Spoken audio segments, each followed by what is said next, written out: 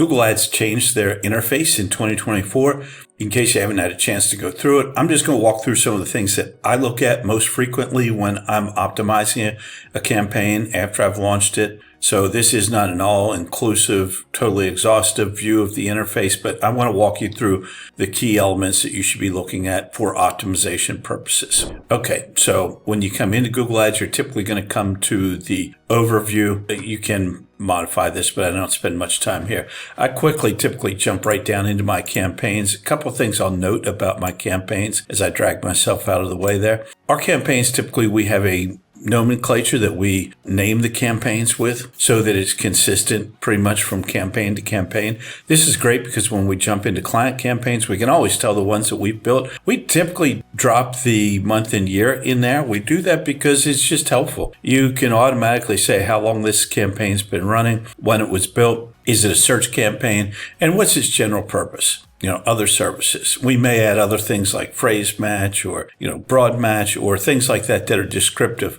We use the pipe symbols in here between because it just keeps everything clean. So right now, basically, when you come here, you can see that we've got two campaigns. They each have their own budget. And you can see exactly what these campaigns are for, when they were built, when they were launched. So that's aside from the interface, but I wanted to point that out. So on the left side, you can see here's campaigns, and then they make you click campaigns again to get into your campaigns. Then if you want to see your ad groups, you can click here. But typically what I would do is click into a campaign in order to see the ad groups, not click the ad groups. It's going to take a minute to load now, of course. If you work in Google Ads at all, you'll get used to that happening. Happens quite frequently. So let's go back to campaigns. We click into this campaign, and it will bring up the ad groups here if it wants to behave itself today. There's the ad groups, and these are all enabled ad groups. You can see that we've separated these out into single theme ad groups. And these ad groups at the top are really sucking up most of the budget,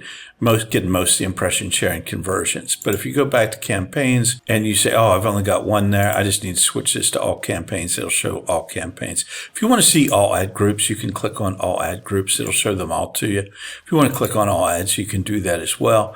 But typically when you're bouncing through a campaign, what you're doing is optimizing that campaign specifically. So you would go into the campaign you wanted to look at, the ad group you wanted to look at, and then potentially the ads that you wanted to look at just for that ad group. So, typically when you're going into a campaign, or going in to look at an account, unless you only have one campaign, you're typically going to drill down into that campaign itself rather than use these. If you're running experiments, which we do fairly often, you would have these campaigns here. Now, for optimization purposes, you can look at your search keywords to see what's converting most or what's not converting. And of course, you can customize these columns over here.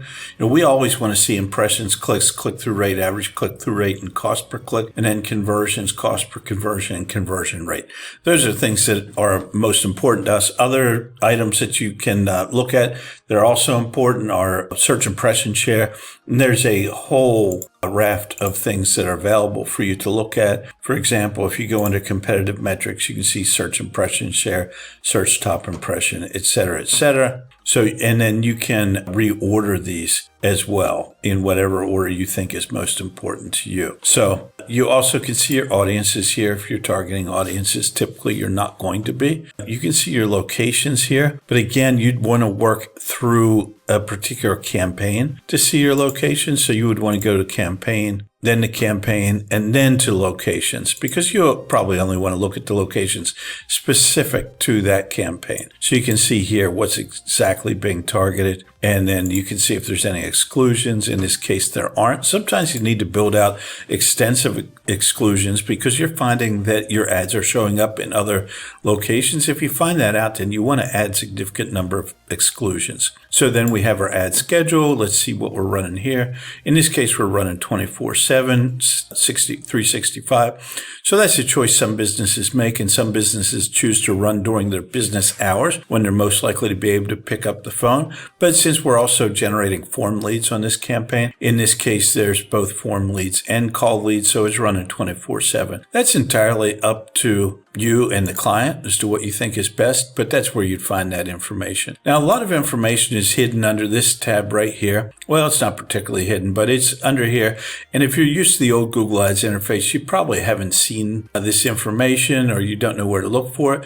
So this is where you can take a look at one of the most important things is search terms. These are the terms that people actually use to search for your campaign. And it will show you, this is really important data, because this is the search that Google said was okay to trigger your campaign. Now, the keyword in this case was in this ad group, and it was a phrase match landscaping services. And the keyword or the search term that triggered the ad was yard restoration near me. Search terms are super important because this is where you want to go to add negatives and to see what people are actually searching and whether it's relevant to your business or not. One thing that you will find especially if you're running phrase match keywords, is that you really have to add a significant number of negative keywords. And we have to this campaign. That's what keeps your competitors from showing up so often. Now, this is an important one also to take a look at when and where ads showed. The most important tab here, in my opinion, is devices. And you can see that we've completely bid out tablets. That's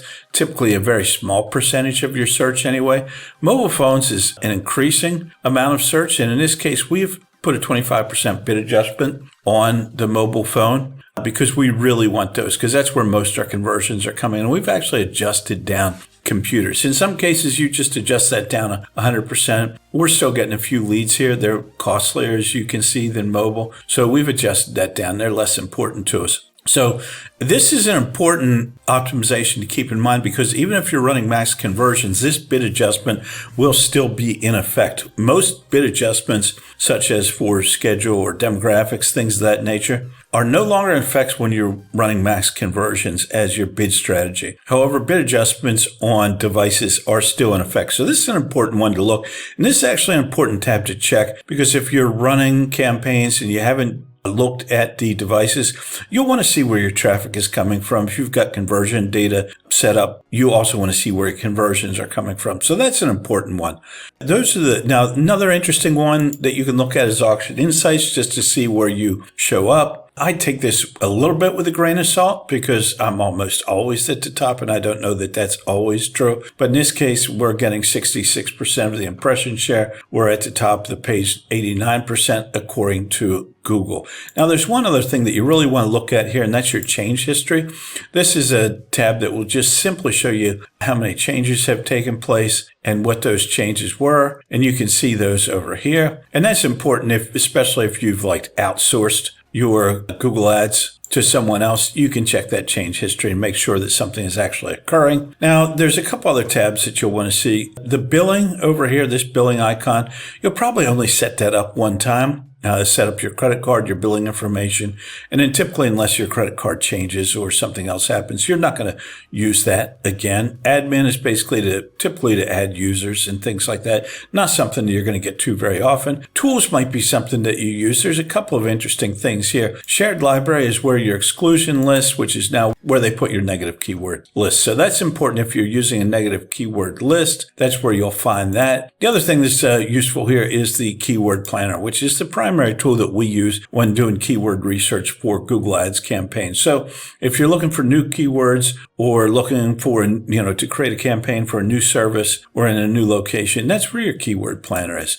Those are the tabs that I typically use in the new interface. And like any other change, it takes a little bit of adjustment. And there are times, I'll tell you, that I'm bouncing around a little bit still after months to try to find out exactly where something is. But overall, it's a clean enough interface. Google feels the need every so often to redesign things. Everything's usually still there. It's just in a different place. Hopefully this is helpful to you. I appreciate if you subscribe to the channel. If you have any questions at all, just drop them in the comments below. Thank you very much. Have a great day. And I should mention, always be marketing. Thanks a lot.